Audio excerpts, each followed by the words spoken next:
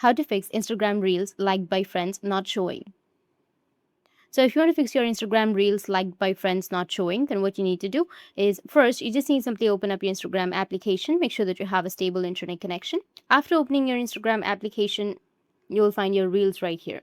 So if the views or if your Reels that have been liked by your friends are not showing, then you need to just simply go with your profile and make sure that you have a professional dashboard. In order to get this, you need to go with the top right, which has that three horizontal lines.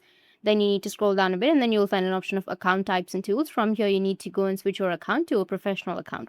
After switching your account to a professional account, I need to go back. If that still doesn't work, then you can go with your Play Store. From your Play Store, you need to go with search, and here you need to search for Instagram. After searching for your Instagram, you will have update. If you have any updates on your Instagram, just simply go and update it. After updating, your problem might be fixed.